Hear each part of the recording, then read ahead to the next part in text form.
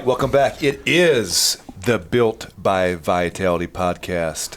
My name is Steve Pinkerton, and I am with Nate Agnew and Philip Lewis. We have Nate back with us on today's episode, and we are going to talk about culture. Oh, last time he was on here, he took pills, right? Or is that the time before last? That was back when we had to teach Nate how to take vitamins, and it hasn't changed a thing. Because we've done one on like customer service type, like member relation stuff here at the gym, and then there's the pill one. So I think 99 episodes. We talked about how to swallow pills, customer experience, and how to onboard. Now we're going to talk about culture. And we can talk about the culture here at Vitality. I specifically wanted to talk about a case study of this, and that's with the Trackhouse Racing guys. So that's kind of, the focus of what made me think about this. But it's interesting because culture, I think, is the most unique part of any business. I think it's the biggest determination of whether that business is going to be successful or not. When you hear culture and you apply that to a business, what do you think about, Nate? What do you think about when you hear culture? Like, man, that place has an incredible culture. Like, what comes to head? I guess the first thing that would come to mind was, what kind of culture are you talking about? Firstly, is it a positive culture? Is it a negative type of culture? And then the more finite details, getting into like our specifics. Is it a gym-like culture? Are you going to be around other people that want to work out? Are you going to be around people that don't want to work out? How would you describe the culture here at Vitality, Phil? Because we took quite a stab in the dark by bringing Philip into this. Trying to continue to build the culture here. When I think of culture, I automatically associate it with, if you say a business, not who's coming to that business. I think about the people that work there, the employees, the owner. That group is what I associate culture with. And if they get along, if they work well together, if they have a good time, if they hate each other, if they enjoy coming to work, or they wake up and they're like, God, I don't want to go there tomorrow. I associate it with that. So there's places I've worked at in the past where the entire culture, meaning the people that are working at that business, are miserable. So what do you think about when you first started at Vitality? What would you say the culture here was? Everybody got along. We all had a like mindset. We worked out. We wanted to see the business get better. We wanted to be here. We didn't like, God, I can't wait to leave. Like, it was something you enjoyed at the same time while you're working.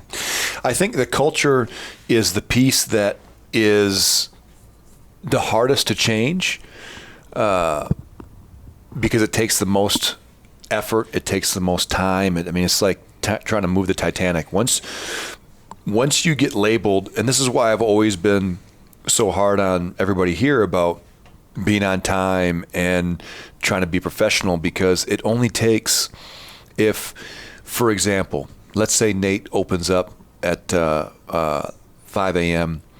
and he pulls into the gym at 4:52. There's 4 people in the parking lot waiting for him to get here, and they follow him in the gym. That's how late he is getting to the class. That's a culture at a lot of gyms. Yeah. I would tear appendages from bodies if that happened here. But how many times have you heard someone, Ryan, CP, Laura, somebody going to a CrossFit gym or any fitness place and having that experience? Yeah. All the time, right? And so how quick would it be for that to happen 1 or 2 times here, and now that becomes an expectation of our clients? Yeah. And you're talking about 1 or 2 mistakes, and that will start to change. It will start to undermine the culture that we have. And I think that when businesses try and build culture, it's a very hard thing to do because the employees have to be on board, because it's a standard that you have to hold yourself to that is really high, because we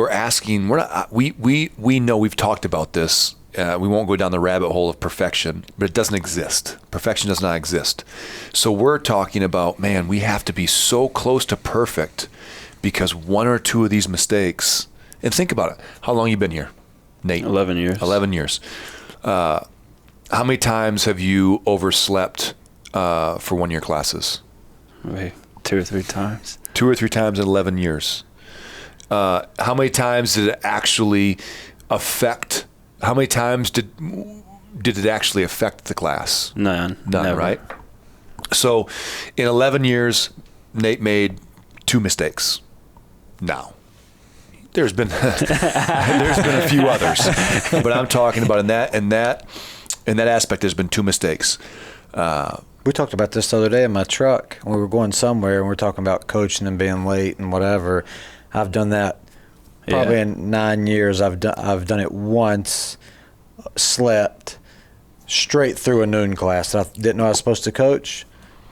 Members showed up at the place and could not work out. Yeah. Like it was only like 4 or 5 members, but it doesn't matter. Like there was not a coach there. And that's the excuses you'll start to hear when that happens is, oh, there's only 2 people. It doesn't matter. I could care less. No. But the thing is, what we've done here is we've tried to put some redundancy in there. We've tried to have 2 coaches in the mornings, even though we don't need to.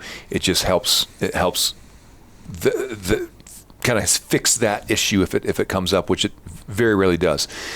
But the point of that is just, man, it doesn't take much to start to change the culture of a business. And maybe it's, we've worked with a ton of gyms that have had people that didn't, whether it's members or staff, that just weren't a good fit. And if you try and force that good fit, that bad fit to be a good one, man, it rubs people the wrong way. People can tell. They have a bad experience. They walk on eggshells. It's a very volatile environment if you're not careful. If you've got coaches that don't get along, that's really tough. If you've got, it doesn't matter, coaches or, I don't care if you work at a bank and you've got employees that don't get along. That's really tough. Now you've got this, how many times people eat lunch at the same time?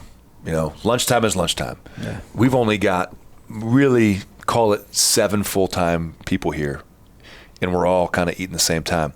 Imagine if we didn't like Nate, and it's like, man, okay, well, I guess I'm gonna go eat my lunch in my office, and you're gonna come eat your lunch here, and everybody kind of just avoids it, and it's just one of those things. It's always there. Instead, there'll be times where I'm programming on my computer, and I'll hear plates clattering and Phil making a ton of noise, and I'll just walk over there because I know someone's in there. Yeah. It's kind of nice, and I don't even have to think like, oh, I hope it's X. Yeah. It's whoever. Doesn't matter. I don't care who it is. Oh, somebody's in there. Someone's in there. Yeah. And it's someone that I'll want to just take a 5-minute break and hang out with. So I think that type of culture on the employee side is huge. But in this episode, really, I'm talking more about the culture of what the product is. Like when someone comes to your business, what do they remember? We went and did the Chick-fil-A interview. Mm-hmm. Amazing interview. They have one of the best customer service facing businesses I've ever seen. Yeah. It's one thing to be like, hey, we're all going to be nice, and if you want to work here, be nice. It goes so much more than that. Like, man, people buy into that. They must have an incredible training program because everybody's nice. And that's not, and you can't be like, oh, well, it's like that everywhere. Are you kidding me? Go to any other restaurant. What was it? Give me let's use this story. Give me the Nate story from a few days ago. I think we the went two to of you guys. we went to- What? Come on, we got sponsors out there. We went to North Carolina and ate at a restaurant. Okay, good. Yeah. You can't be saying we can't be throwing people under the bus here. But you guys went to a local restaurant for lunch, and you had an interesting experience. I'd like to hear about that experience. That lady at the place. Oh, right. See, so Nate's been here for so long. There's one story that he's told me in like 3 years that's going to be relevant to what we're talking about right now. I ask him to remember that story from 3 days ago, and he's looking at me like a deer in the headlights. Well, we eat. We spend a lot of quality co. We get along. We spend time out of the gym. Culture, so man. we just do it so much. Yeah. So we went to eat. It's lunchtime. It's not crowded, and I'm not really asking for a whole lot. Just a smile and a hug, or mainly a wave, if you're going to be the waitress. But yeah, it just wasn't a whole lot of talk. No, not a lot of eye contact. It was like a dread to like come back to the table, and if I needed some rant, like when you get in that point to where you're scared to ask a question and you're the consumer, like that, I feel like that's a problem. Yeah. Like if I don't want to ask, hey, X, Y, or Z, that's Didn't not he good. ask for? Didn't she come out and ask about what you wanted to drink? Oh, immediately she just popped around the corner. There's no, hey, I'm this, that, nothing. No facial expression. What do She you want to said, drink? what are y'all drinking? And we told her, and she just walked off. She didn't say, okay, nothing, just straightforward. And that's why I made said, a what is joke, this? because he was like, I'm going to get a Sprite. And I put my hand down and I said, dang it. Like kind of being funny. You put me- thinking like, No. she'll laugh, a little chuckle. Yeah, nothing. And nothing. And he was like, what do you mean? And I said, well, all right, then I'll have a Dr. Pepper. And thinking, all right, if the first one didn't get her, like she's on board now, and just plain faces at a 10-4. What about when she terrible. reached over? What did she? Oh man, I think Nate's still eating, and she didn't care. She reached through his arms, under a bicep, and picked up his plate. Almost hit his chin on the way out. I said, "Oh, I guess you're done, Nate." I looked up Guess at you're done. Phil. I was shocked. I said, "Man, guess we're leaving." I said, okay. And that's that is an experience that, because of you two knuckleheads, you'll still go back there because whatever. But the majority of people, they have an experience like that, they're done. Yeah. They're never going But back. we've talked about before of the good experience. You usually don't tell people, Yeah. but for the But here- bad one, you'll tell 10, Yeah. 10, 20 people what happened. And here I am being the good Samaritan, not bringing the name of the business, But I didn't either. I yeah, almost did. you didn't. Yeah, you're good. Let's transition here and let's talk about Trackhouse. And Trackhouse Racing, for those that don't understand, they bought out Chip Ganassi Racing, and they are now Trackhouse, owned by Justin Marks and Pitbull. yeah, but I mean, Jay no, Marks is he's the brains behind this thing. And I have worked with Ganassi. I think I was 3 years, and this is my first year as Trackhouse, so 4 years. And when we first started, maybe it was more than 4 years. I don't know. 4 years. Let's call it 4 years. 4 years ago, when they would come over to train, you would have one or two guys that were excited to be there, and 22 guys that the last thing they want to do was be there. Like the last thing. Constant complaining, whining, no matter what you did. Nobody worked hard except for two guys. And it was like that for a year and a half, 2 years. And slowly but surely, and that was when they were Ganassi, and slowly but surely, you started to see a shift. They brought on some different coaches, and they started to build a nucleus of people, a nucleus of employees on that pit crew that were competitors, that wanted to get better, that wanted to push each other. And you started to see a small shift to where it was, man, maybe year two, you had like a 1/3, 2/3 split. 1/3 wanted to be there, 2/3 no part of it. Then you got to year three, and it was starting to be a split, and you started to see some animosity between the two groups, where you had a group of people that didn't want to compete, and you had another group of people that were ready to, die on the floor out there. They just loved everything about competing. They loved their job. They loved everything. And stepping back and seeing this from, the 1,000-foot view, where I only got them 2 days a week, back 2 years ago, I could start to see it. I remember telling the coaches, I said, man, this is changing. It's starting to change. It's starting to correct itself. And now, about a year and a half ago, it shifted to about 85-90% of the people there. They wanted to be there. They looked forward to it. They embraced it, and they were ready to eat the week. Like they were now weeding out those that didn't want to work hard. Man, forget about it. You wouldn't survive a workout with these guys, because what I would do is I'd put these freeloaders or the weak ones with the guys that were just most outspoken and now there's one thing that's going to happen. That guy that didn't want to work very hard, or was too cool to work very hard, man, good luck surviving with that attitude. Or now all of a sudden they would have to put out a little bit, and they'd have to bleed a little bit. And they either kept doing that, or the ones that didn't put out, man, they wouldn't hang. They'd go away. And then it turned into every new guy that they wanted to bring onto the team, they'd bring him in here for almost like not like a tryout, but they wanted to see. It didn't matter. It's like Phil. We don't need Phil to be the most athletic, the most gifted person. But unfortunately, I am. If you took like the women's scaled adaptive division, he's probably going to be in the top 10%. But now they just want to see who was going to be able to come into that environment, because for people that don't understand racing, and me personally, I did not watch racing until I got out to North Carolina 12 years ago and started training Marcus Ambrose, and then got into the Chip Ganassi and now Trackhouse. Man, I had no idea. I was the guy that said, these guys aren't athletes. Man, forget about it. If you believe that, then you show up here on Tuesdays and Thursdays, and good luck.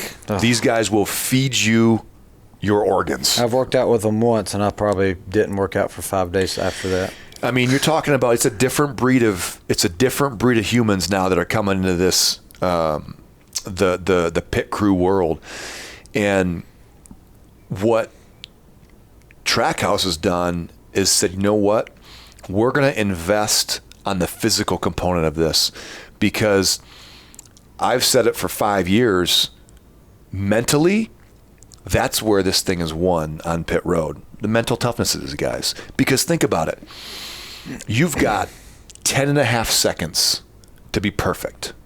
Very rarely are you going to do it exactly right. And if you're the jack, you're the fuel, and I'm a changer, we all have to be perfect. If you screw up, it screws me up, it screws the timing up for him, it screws everything up. So it is the ultimate team sport, because it is this perfect symphony of movement that has to be, even if the jackman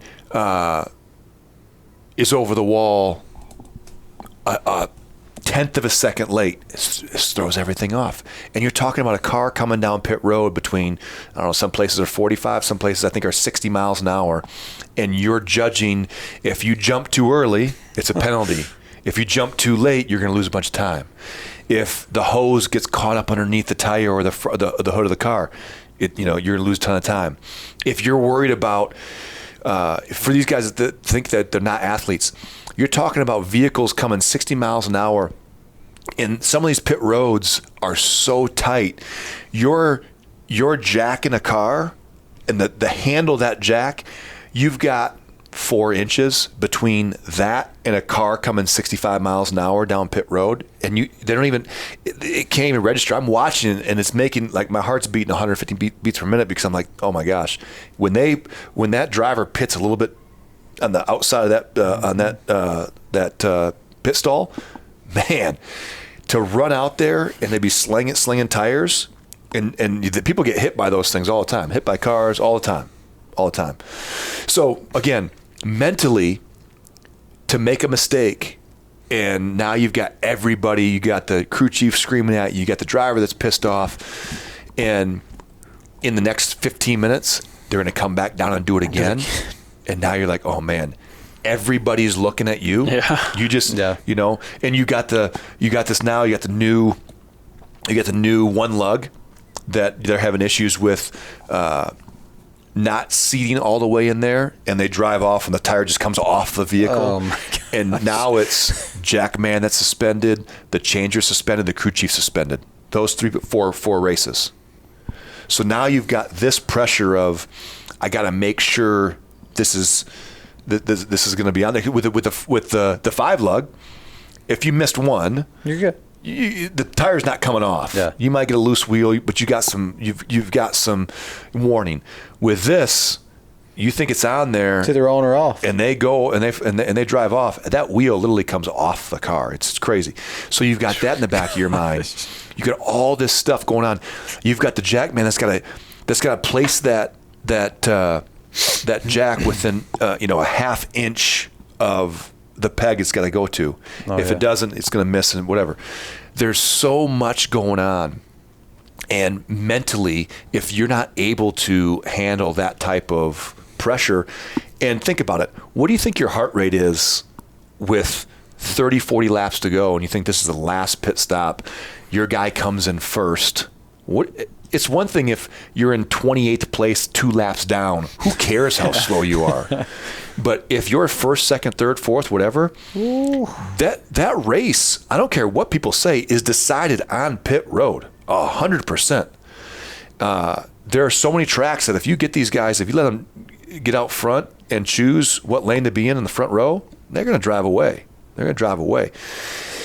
So I looked at this and said, man, if we can build some mental toughness, I think the physical component of these training sessions is going to be the most important. And most pit crews, I'm generalizing this, but I'm fairly familiar with it. Most pit crews, they don't train super hard year round. They have a lot of there's a lot of time, because it's a grueling season. I can't remember. I want to say it's 36 races. I could be wrong. It's not less than that, but think of 36 weekends. All right. And these guys are leaving out on Friday or Saturday, coming back at midnight, sometimes 4 or 5 o'clock in the morning on Monday morning. And then they've got, usually practice on Tuesday, Wednesday, Thursday, and they do that for 36 weeks. So a lot of times you're having this, these coaches that say, okay, we don't want to train these guys too hard and burn them out. I thought that I've always said it's a mistake. I've always thought these other teams that they want to take time off on the pit crews when it's leading up to playoffs. Forget that, because there's too much pressure on those guys. They don't have the luxury of taking the foot off the gas, because once you take the foot off the gas, you're somebody that it's very familiar with sports, Nate.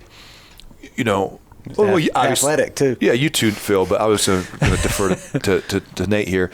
Do you think it's challenging at times when you're asking athletes to play at a level and a pace different than how they're going to practice and different how they're going to prepare? Or do you think you can get away with that? I guess, and I'm not asking you to agree with me. I'm just curious what your thought is. No, I mean, I think I always looked at it as far as like practices and training sessions, and I'll just obviously default to basketball, was you take game shots at game spots at game speed. And because that is complete, that's how you play the game.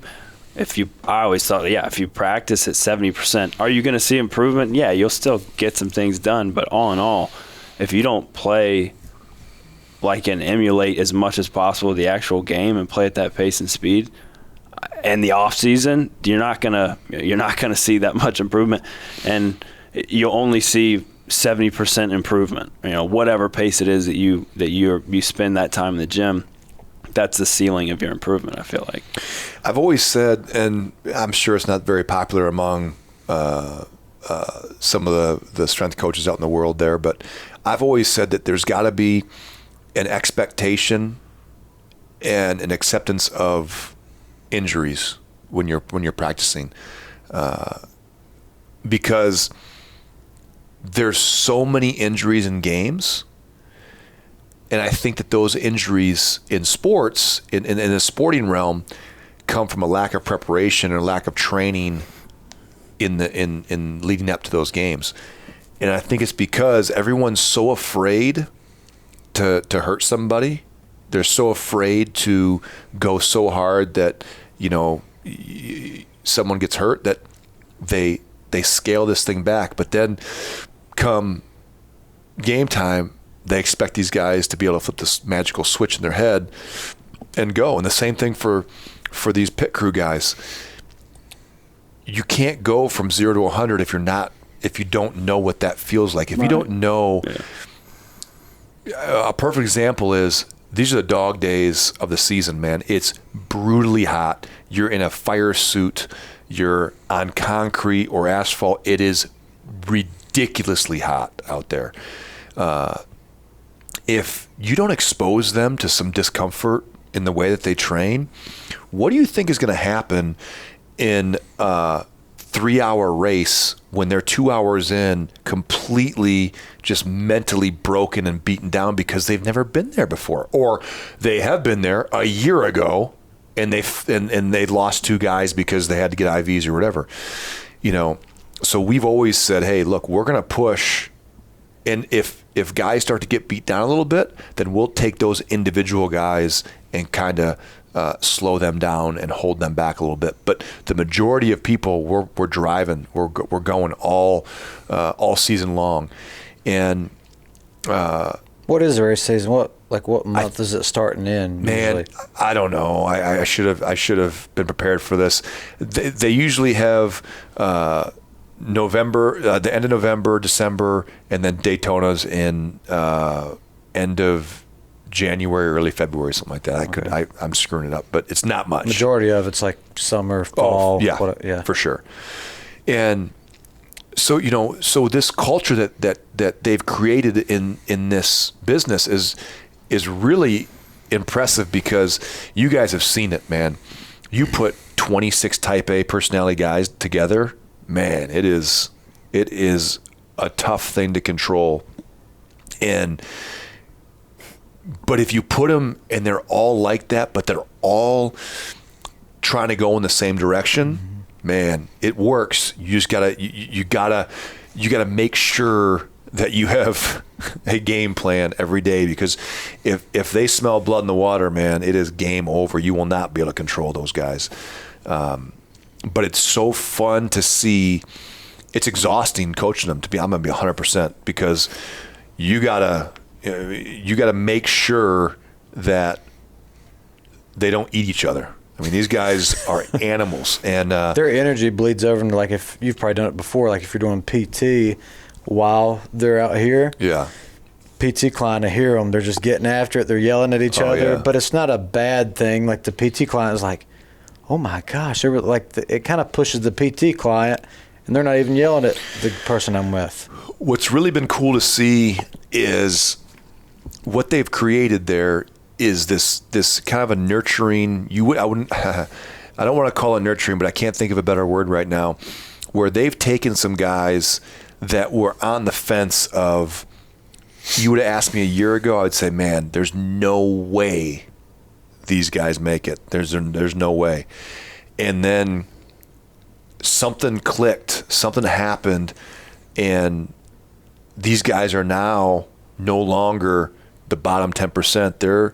They're competing up in that top third, which is crazy to see it go from, consistently, falling out of workouts, not being able to finish.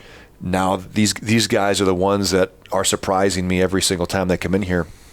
But that only happens because of the culture that they've created over there. And it only happens from the top down. When people look at culture, you have to look at it from the top down. When have you ever been on a team, Nate Agnew, where the coach had a culture that was different than the team? The coach was a terrible coach that you didn't get along with. Nobody liked him, but then the team was just so responsive to him. It comes 100% downhill. Yeah. You know, if you get a coach that players want to play for, that's because he's created a culture that those players agree with, they embrace, and if you do it right, I think that thing will last through. It doesn't matter. Take professional sports. You take the John Gruden teams. Didn't matter who left his teams. When the new guys came in, he had created this culture that it just kind of it onboarded it itself. You know, the older players, the senior players, the veterans just figured it out, and they didn't have to do anything. Yeah. You know, it takes forever to build, but once you build it, it kind of runs on its own. Now, I'm thinking that's how Trackhouse is going to be. It would take 15 guys leaving to change this culture. 1 or 2 or 3 guys leave, it won't make any difference. But on the flip side of that, when it was 2 or 3 guys, it would take 15 guys coming on that all had that same Wanted to do it. desire. But here's the issue. Here's why it's so hard to create a culture that you're proud of. Because what happens if even if the owner, even if, let's say, Justin Marks, let's say he wasn't as awesome as he was, and he wasn't recruiting the right guys, what's going to happen is his group of 25 people, they're going to onboard. Same reason, look what happened when we brought Phil on. What did we do? We sat down, we said, hey, is Phil going to be a good fit? And I said no, you said yes, and we hired him. Did you really say no? No, I didn't. I'm just kidding. What did you say? I want to know exactly what you Well, said. it was just a couple comments. It led to a yes. Yeah, it was a collective yes. Yeah, collective all three. And now look at you. I never seen you. What? I never seen you. Well, I came at 7. It was me, Jerry, Glenn, and Nate, and Sarah Kim. But if you think about that, think about how you bring new people into any organization. They're going to come through and be exposed to the staff that you have, and if that staff is a certain way, they're going to attract that type of person. If the staff is lazy, undisciplined, unmotivated, they're not going to want someone like Phil, who's motivated, wants to see all these great things happen. He's going to come and be like, wait a second, this isn't really what I want to be a part of. So it's very difficult to shift that, and that's why it's so important now. These guys, man, when they go out and find somebody, you can't fake it in here. You can't fake it around those guys because they'll see right through it. And a lot of these guys had been around for so long. They were the 6 to 8 to 9 that slowly started to build this thing up. They know what it was like 4 years ago when it was a disaster, when they were not physically prepared for any part of it. And at the end of the season, everybody was getting hurt. Everybody was falling out of the hot races, and everybody was complaining and whining, and they were bickering about everything. When they made a mistake, what would they do? They'd fight about it and be all upset. Man, you just don't see that anymore, and that's because of the leadership from the top down.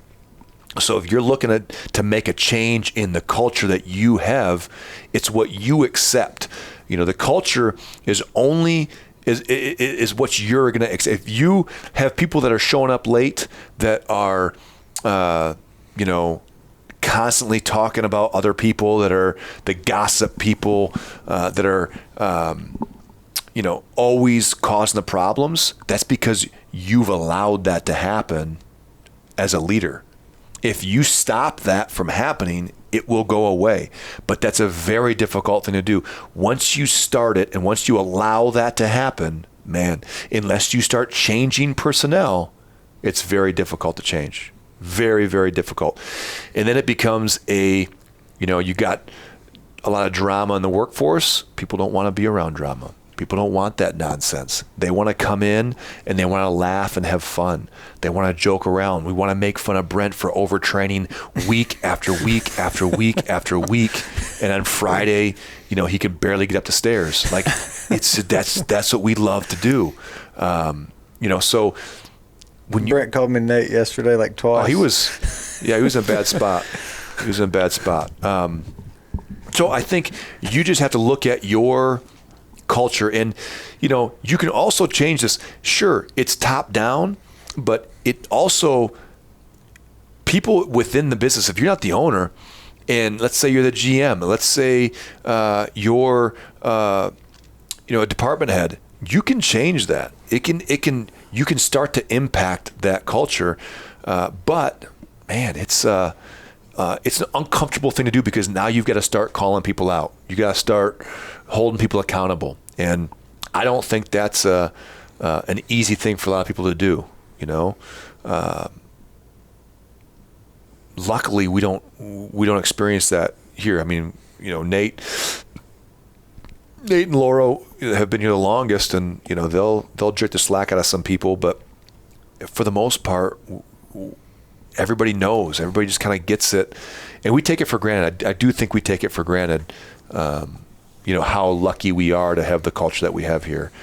I couldn't imagine hating to come to work and not wanting to be around the people that are here. And guess what? When your staff doesn't have the right culture and you're in a customer-facing business, what do you think happens to the consumer side of this? What do you think? What kind of customers are you going to attract if all of a sudden, if we're